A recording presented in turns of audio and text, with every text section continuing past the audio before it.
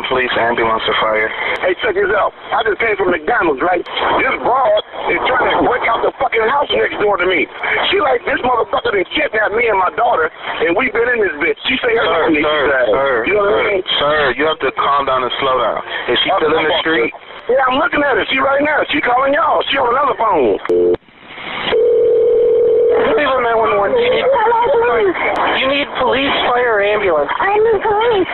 Okay, and what's going on there? I've been kidnapped and I've been missing for 10 years, and I'm here. I'm free now. I'm across the street. I'm using the phone. Okay, stay there with those neighbors. Talk to the police when they get there. Okay. Okay, talk to the police when they get there. Okay. Hello? Yeah, talk to the police when they get there. Okay, all right. I'm going to wait now. We're going to send them as soon as we get a car open. No, I need them now before we get back. Can you ask her if she needs an ambulance? You get an ambulance? She needs everything. She's in a panic, bro. I guess she's been kidnapped, so, put yourself in her shoes. Panggilan 911 yang baru saja kalian dengar tadi terjadi pada tahun 2013, di mana seorang wanita baru saja melarikan diri dari rumah penculik yang telah menyekapnya di sana selama 10 tahun. Kasus penculikan ini tidak hanya menggegerkan Cleveland sebagai kota tempat di mana wanita itu diculik, namun seluruh dunia juga ikut gempar, khususnya setelah mengetahui detail lengkap dari cerita ini. Tapi sebelum kita masuk ke dalam cerita hari ini, kalau kalian penggemar dari cerita-cerita horor, misteri, dan juga kasus-kasus kriminal, maka kalian datang ke channel yang tepat, karena di sini kita bakalan bahas cerita-cerita yang paling menarik untuk melengkapi hari kalian. So, jangan lupa tekan tombol like-nya, lalu subscribe ke channel kami, dan nyalakan semua tombol notifikasinya supaya kalian gak ketinggalan video-video terbaru dari kami. Oke, langsung aja kita mulai cerita hari ini.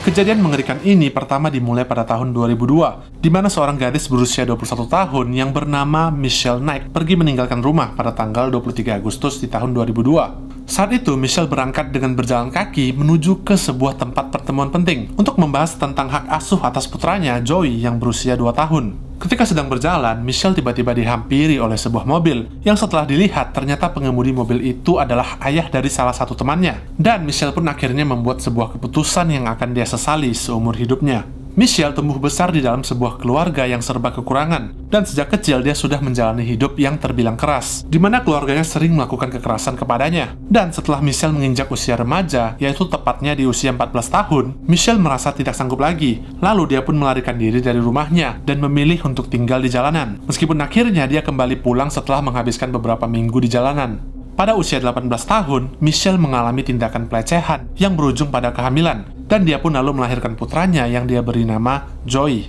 Meskipun Michelle berjuang mati-matian di usia remaja untuk menghidupi putranya, namun Michelle mengalami sebuah insiden yang melibatkan keluarganya sendiri, dan dia harus kehilangan hak asuh atas putranya. Joey pun untuk sementara harus ditempatkan di sebuah panti asuhan, di mana dia akan dirawat di sana hingga ada pihak yang bersedia untuk mengadopsinya. Dan saat itu Michelle sedang berjalan menuju ke arah panti tempat di mana anaknya tinggal. Michelle berencana untuk membujuk mereka demi mendapatkan kembali hak asuh atas Joey. Hingga akhirnya Michelle bertemu dengan pria berusia 42 tahun bernama Ariel Castro yang menawarkan tumpangan menuju ke panti itu. Dan karena Michelle mengenalinya sebagai ayah dari temannya, maka saat itu dia pun setuju dan naik ke dalam mobilnya.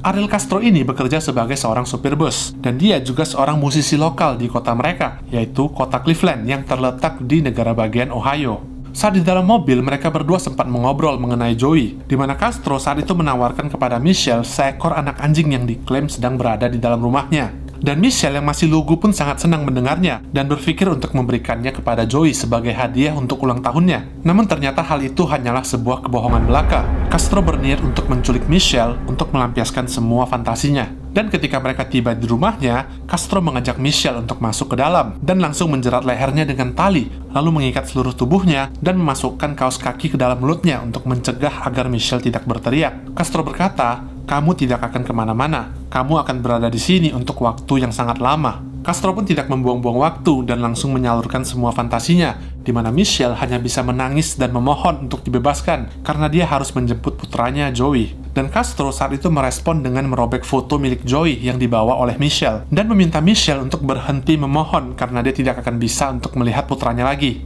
Castro lalu menyekap Michelle di dalam sebuah ruang basement yang ada di bawah rumahnya dan memakaikan sebuah helm di kepala Michelle untuk meredam teriakannya. Michelle pun harus melalui hari-hari yang sangat mengerikan, di mana dia dipukuli dan disiksa tanpa henti, dan semua kekerasan itu dilakukan untuk memperlihatkan bahwa Castro berkuasa sepenuhnya atas Michelle. Dia yang menentukan apa yang Michelle pakai, apa yang dimakan, di mana Michelle harus tidur, bahkan dia menentukan semua yang akan terjadi pada tubuh Michelle. Castro tinggal sendirian di rumahnya, dan dia telah bercerai dari mantan istrinya yang mendapatkan hak asuh penuh atas keempat anak mereka. Dan orang pertama yang melaporkan kehilangan Michelle adalah ibunya sendiri yang bernama Barbara Knight. Barbara melaporkan kalau Michelle sedang berada dalam kondisi mental yang tidak stabil dan sering mengalami situasi di mana Michelle akan kebingungan terhadap situasi di sekitarnya. Dan setelah melihat riwayat Michelle yang sudah pernah melarikan diri sebelumnya, maka polisi pun berasumsi bahwa kemungkinan besar Michelle kembali melarikan diri setelah kehilangan hak asuh atas putranya.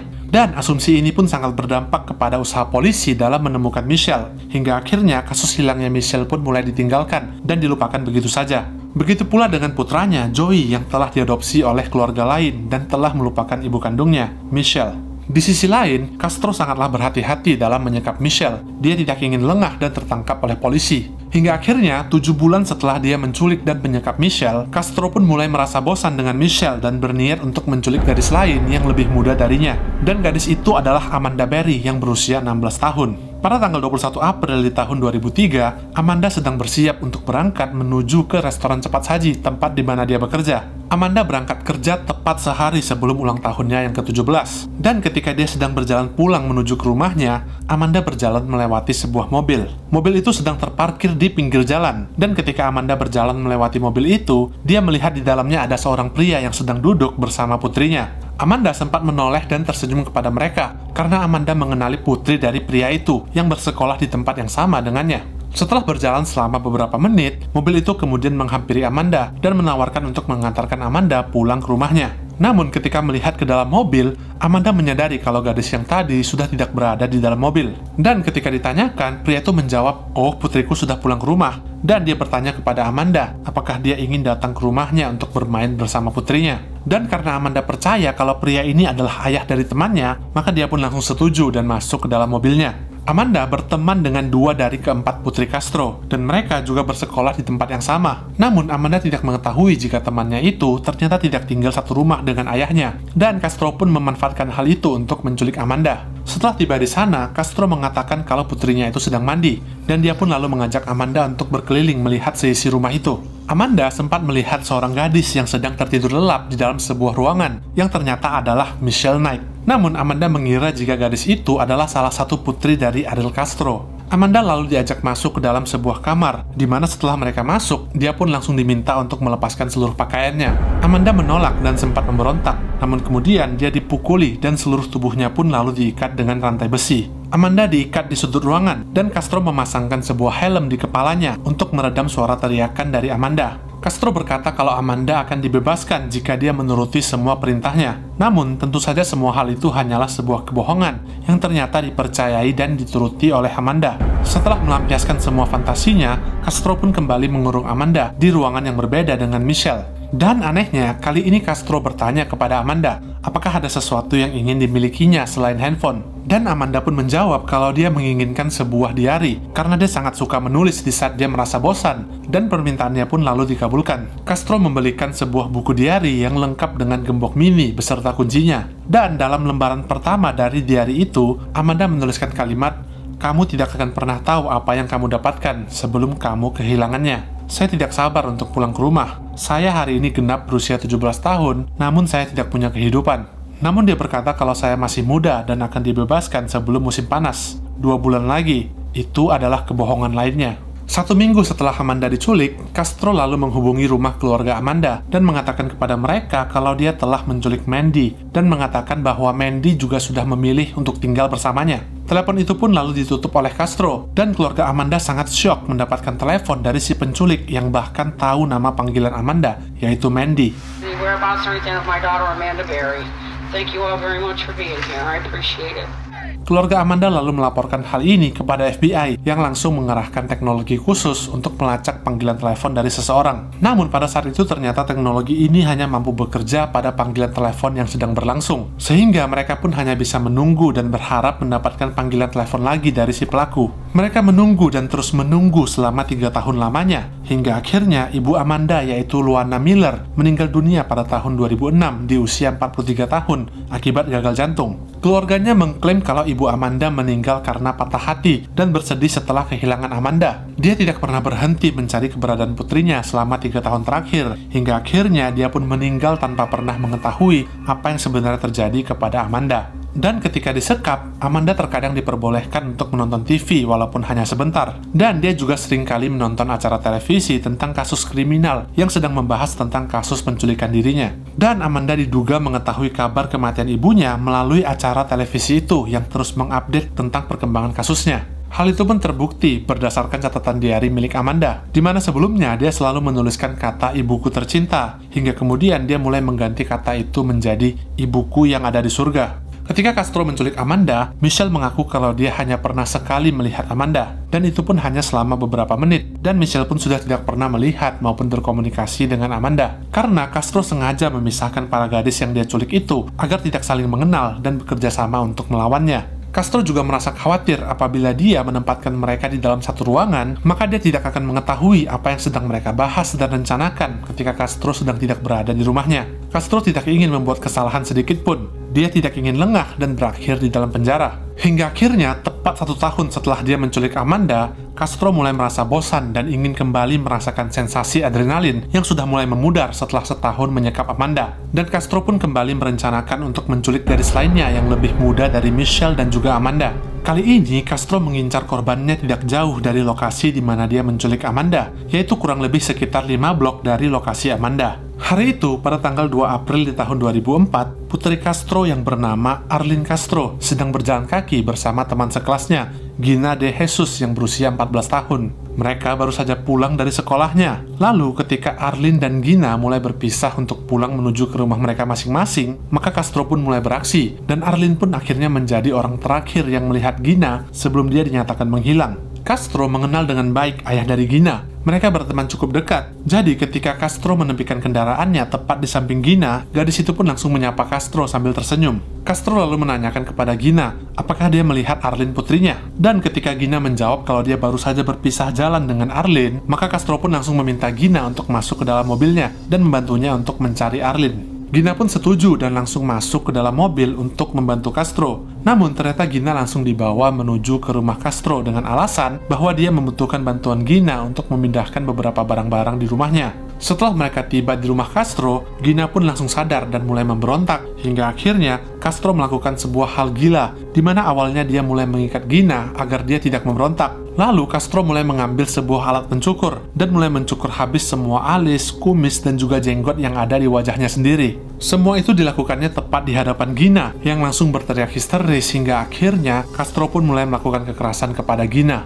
Dan saat itu, Gina yang masih sangat muda sempat memperingatkan kepada Castro bahwa dia akan dipenjara akibat perbuatannya ini. Dan karena Gina terlihat masih sangat polos, maka Castro pun lalu mengelabuinya dan mengatakan kalau Gina boleh pergi, tapi dengan satu ketentuan. Gina akan dibebaskan jika dia berhasil keluar melalui pintu yang berbeda dari pintu awal ketika dia memasuki rumah itu. Gina pun setuju dan langsung berlari menuju ke arah sebuah pintu yang ternyata adalah pintu dari basement. Ketika di dalam basement, Castro lalu menutup pintunya dan berusaha untuk mengikat tubuh Gina dengan menggunakan rantai yang terletak di pojok ruangan. Namun ketika Castro sedang mengikat tubuhnya, entah bagaimana caranya Gina berhasil melepaskan rantai itu dan mulai menendang kemaluan Castro dengan sekuat tenaga, lalu berusaha untuk kabur dari ruangan basement itu. Namun semua hal itu ternyata sia-sia karena Castro sebelumnya telah mengunci pintu dari basement. Dan ketika Gina berteriak meminta pertolongan, maka Castro pun langsung menyalakan radio untuk meredam agar suara Gina tidak terdengar dari luar. Ketiga gadis itu masing-masing disekap di ruangan yang berbeda-beda, di mana Michelle dan Amanda disekap di 2 kamar yang berbeda di lantai atas, sedangkan Gina yang baru saja diculik ditempatkan di ruangan basement dengan pengamanan yang jauh lebih ketat.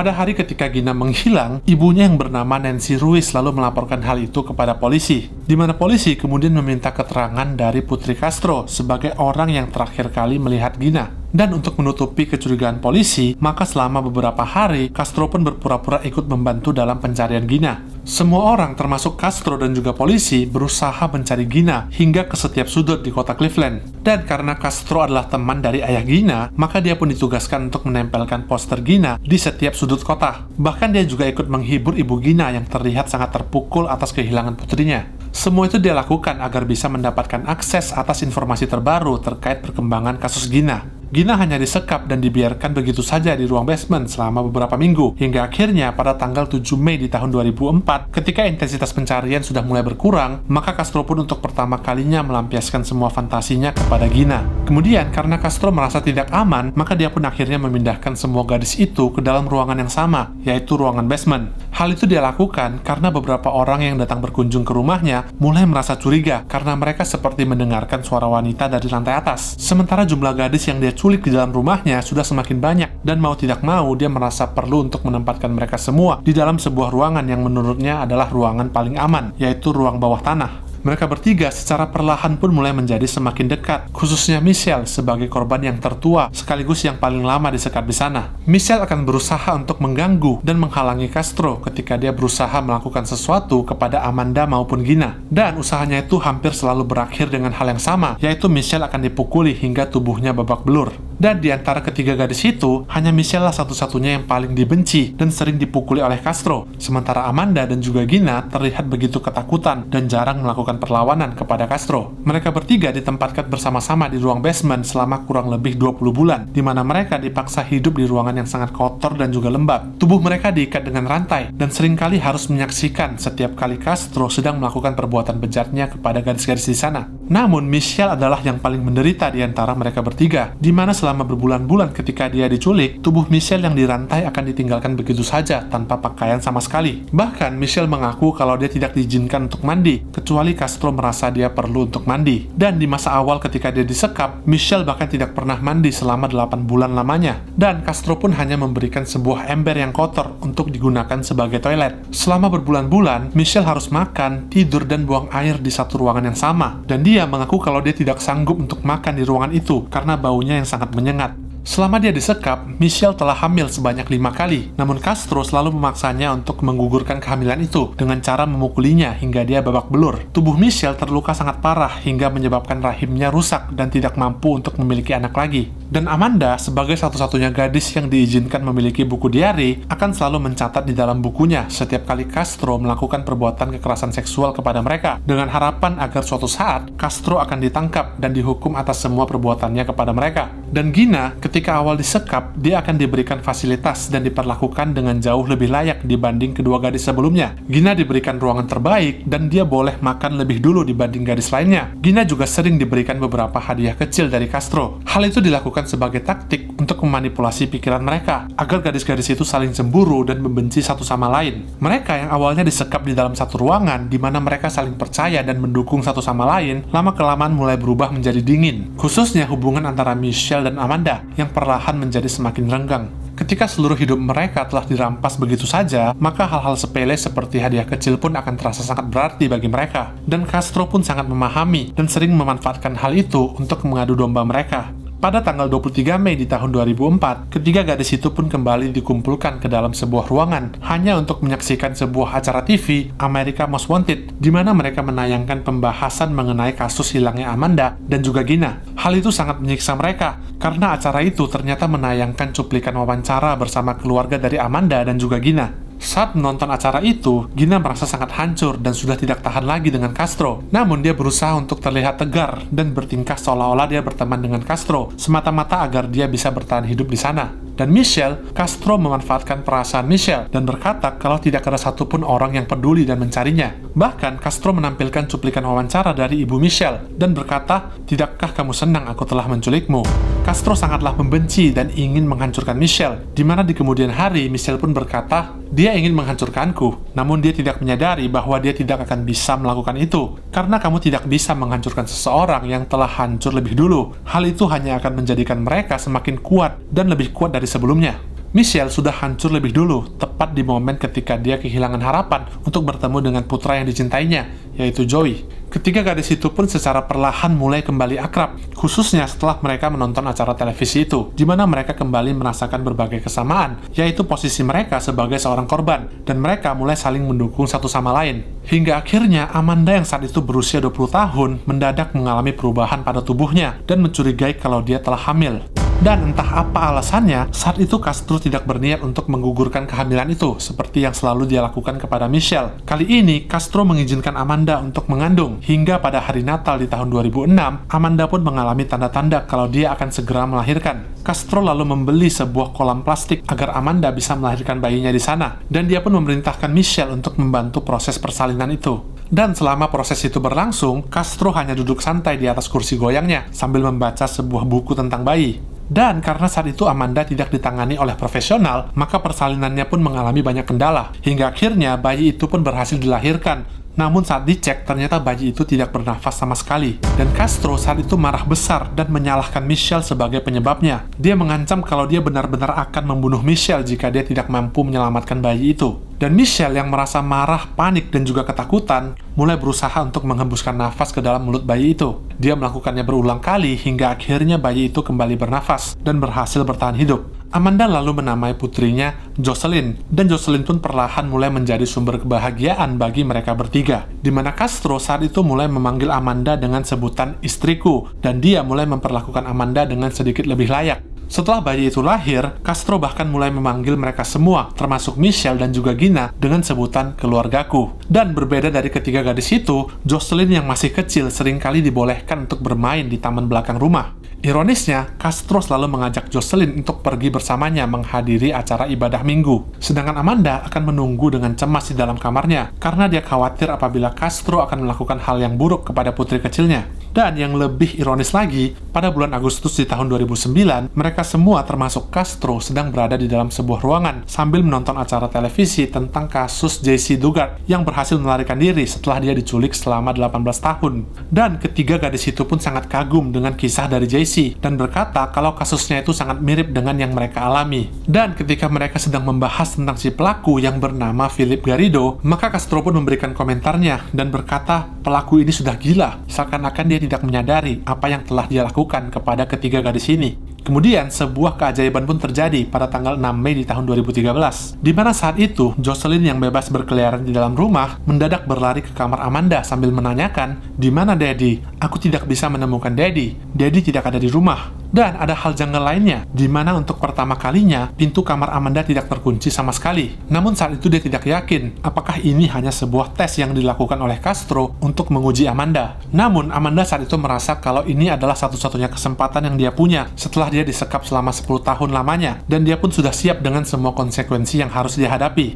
Amanda membuka pintunya dan berjalan perlahan menuruni tangga menuju ke ruang tamu. Dan ternyata benar, dia tidak melihat adanya tanda-tanda keberadaan Castro. Dan ketika Amanda berjalan menuju ke pintu depan, dia melihat ada semacam sistem alarm yang telah dipasang pada pintu itu. Setelah beberapa saat, Amanda pun berhasil mematikan sistem alarm itu dan langsung membuka pintunya. Dan ketika pintunya dibuka, dia kembali dikejutkan dengan sebuah pintu besi lainnya. Amanda berusaha keras untuk membuka pintu itu, namun dia hanya mampu untuk membuka sedikit celah pintu, di mana dia lalu menjulurkan tangannya keluar dan berteriak meminta pertolongan kepada siapapun yang ada di luar sana. Saat itu, Gina dan Michelle berada di ruangan yang sama di lantai atas, dan mereka sempat terkejut ketika mendengar suara teriakan dari Amanda. Gina mengira kalau Castro telah menangkap Amanda dan melakukan hal yang buruk kepadanya, sehingga Gina pun lalu mencegah Michelle yang berniat untuk keluar dan memohon kepadanya untuk tetap berada di dalam kamar. Dan dari luar rumah, seorang wanita tua berusia 75 tahun yang bernama Aurora Marti mendengarkan suara teriakan dari Amanda. Wanita tua ini lalu berjalan perlahan-lahan mendekati rumah Castro, di mana dia lalu melihat ada sebuah tangan yang menjulur keluar dari balik celah pintu. Dan ketika didekati, gadis itu meminta pertolongan dan berkata kalau dia adalah Amanda Berry.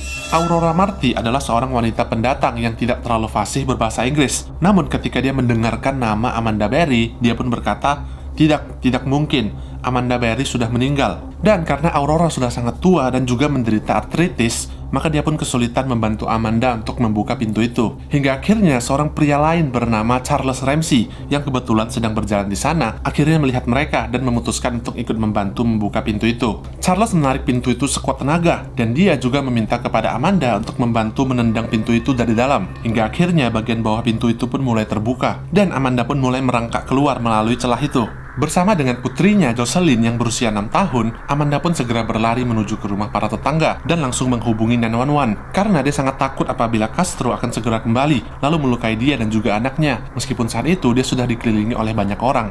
Amanda menelepon polisi pada sekitar jam 6 sore. Polisi lalu segera berangkat secepat mungkin menuju ke rumah Ariel Castro. Mereka telah tiba di sana dalam 2 menit setelah menerima panggilan telepon itu. Setelah tiba di lokasi, mereka melihat lambaian tangan dari seorang wanita yang sedang menggendong anaknya. Dan polisi pun langsung menyadari kalau ini bukanlah prank. Wanita ini benar-benar adalah Amanda Berry, gadis yang telah menghilang 10 tahun yang lalu. Lalu Amanda memberitahu polisi bahwa dia ternyata tidak sendirian. 2 orang petugas langsung merangkak masuk melalui celah pintu tempat Amanda melarikan diri sebelumnya. Setelah berhasil masuk, mereka lalu membuka paksa pintu itu dari dalam agar para petugas lain yang masih berada di luar bisa mengikuti mereka ke dalam. Mereka turun menuju ke ruang basement, tapi mereka tidak menemukan apa-apa di sana. Lalu salah satu petugas yang sedang menaiki tangga menuju ke lantai atas pun berteriak kalau mereka adalah polisi. Saat itu, Michelle dan Gina tidak tahu apa yang sedang terjadi. Namun Michelle pun akhirnya memberanikan diri untuk mengecek keluar kamar. Michelle membuka pintu kamarnya dan melihat seorang petugas polisi yang sedang berjalan menaiki tangga. Setelah melihat polisi itu, Michelle langsung berlari menuju ke arahnya lalu memeluk dia sambil berteriak, "Kamu menyelamatkanku, kamu telah menyelamatkanku." Michelle pun berkata kepada polisi itu agar jangan pernah melepaskannya. Dan petugas itu pun tidak mampu menahan air matanya ketika dia bertanya kepada Michelle apakah masih ada yang lainnya. Dan Gina de Jesus pun langsung keluar dari dalam kamarnya. Ketiga gadis itu pun akhirnya berhasil keluar dari rumah itu untuk yang pertama kalinya sejak 10 tahun terakhir, di mana Michelle sudah berusia 32 tahun ketika mereka diselamatkan.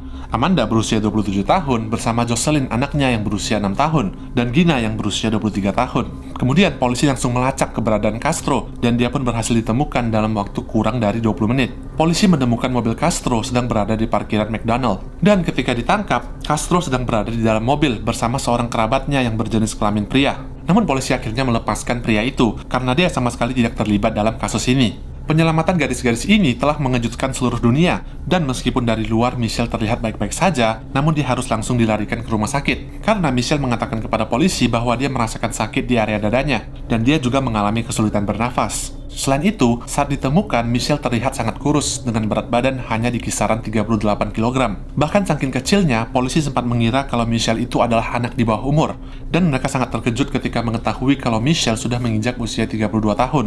Setelah tiba di rumah sakit, dokter yang memeriksanya pun mengatakan kalau Michelle menderita infeksi yang sangat parah di bagian perutnya, dan kemungkinan besar Michelle tidak akan bisa selamat jika saat itu polisi terlambat menyelamatkannya. Setelah berjuang selama beberapa minggu, Michelle pun akhirnya berhasil sembuh dari infeksi perut. Namun dokter pun mengatakan kalau seluruh tubuh Michelle telah rusak akibat kekerasan yang berulang kali dilakukan dalam jangka waktu yang panjang. Di mana selain tidak bisa memiliki anak, Michelle juga harus kehilangan sebagian penglihatannya akibat terlalu lama menghabiskan waktunya di ruangan yang sangat gelap. Tulang wajahnya juga mengalami kerusakan akibat hantaman benda tumpul di kepalanya, di mana Castro bahkan pernah memukul wajah Michelle dengan menggunakan barbel. Dan dokter pun terpaksa harus mengoperasi dan menyusun ulang rahang Michelle yang bengkok akibat hantaman itu. Kalian semua pasti bertanya-tanya, bagaimana bisa mereka melarikan diri semudah itu? Apa yang sebenarnya terjadi kepada Ariel Castro di hari itu? Well, sayangnya tidak ada satupun orang yang tahu. Bahkan ketiga wanita itu sendiri pun tidak tahu apa alasan Castro pergi meninggalkan rumah dan tidak mengunci pintu kamar mereka. Namun, di dalam persidangan, Castro mengklaim melalui pengacaranya kalau dia sengaja tidak mengunci pintu kamar mereka dan berharap agar mereka bisa melarikan diri dari rumah itu. Hal itu dia lakukan setelah Castro menyadari kalau putrinya yang bernama Jocelyn sudah mulai menginjak usia 6 tahun. Dan karena rasa cintanya kepada Jocelyn, maka dia tidak tega untuk terus mengurung putrinya itu, dan dia ingin agar Jocelyn bisa menjalani kehidupan yang normal dan bisa bersosialisasi dengan baik. Ariel Castro mengatakan kalau dia telah mengalami kecanduan terhadap konten-konten dewasa. Dia berkata, "Saya bukan monster, saya adalah orang sakit yang harus disembuhkan." Castro pun menolak dinyatakan bersalah dan mengaku kalau penculikan itu atas dasar kesepakatan bersama dengan gadis-gadis itu. Dia juga mengaku telah memperlakukan mereka dengan baik. Namun tentu saja tidak ada satu orang pun yang percaya. Semua pengakuannya itu hanyalah sebuah kebohongan besar demi mendapatkan keringanan hukuman. Ariel Castro pun dituntut dengan lebih dari 930 tuntutan, termasuk setiap catatan penyerangan seksual yang dituliskan oleh Amanda Berry di dalam buku diarinya. Ariel Castro pun dijatuhi hukuman penjara selama lebih dari 1000 tahun. Namun pada tanggal 3 September di tahun 2013, atau kurang dari 4 bulan setelah dia dipenjara, Ariel Castro pun mengakhiri hidupnya dengan menggantung lehernya di dalam sel. Ketiga wanita korbannya pun lalu memutuskan untuk melanjutkan hidup mereka masing-masing, di mana hal pertama yang Michelle lakukan ketika dia keluar dari rumah sakit adalah mencari anaknya Joey yang sudah lebih dari 11 tahun tidak ditemuinya. Namun ketika melihat Joey sudah hidup bahagia bersama keluarga barunya, Michelle pun memilih untuk mundur dan tidak ingin mengajukan hak asuh atas Joey. Michelle Neck lalu mengganti namanya menjadi Lily Rose Lee dan menikah pada tahun 2016. Sedangkan Amanda Berry memutuskan untuk merawat Jocelyn putrinya dan memilih untuk tidak mempublikasikan kehidupan mereka demi memberikan privasi dan juga lingkungan yang aman bagi pertumbuhan Jocelyn. Dan yang terakhir, Gina de Jesus memilih untuk melanjutkan pendidikannya yang sempat tertunda selama 10 tahun lamanya. Oke guys, sekian untuk cerita hari ini. Kalau kalian suka dengan video ini, please tekan tombol like-nya. Terima kasih banyak buat kalian yang udah nonton dan sampai jumpa lagi di video berikutnya.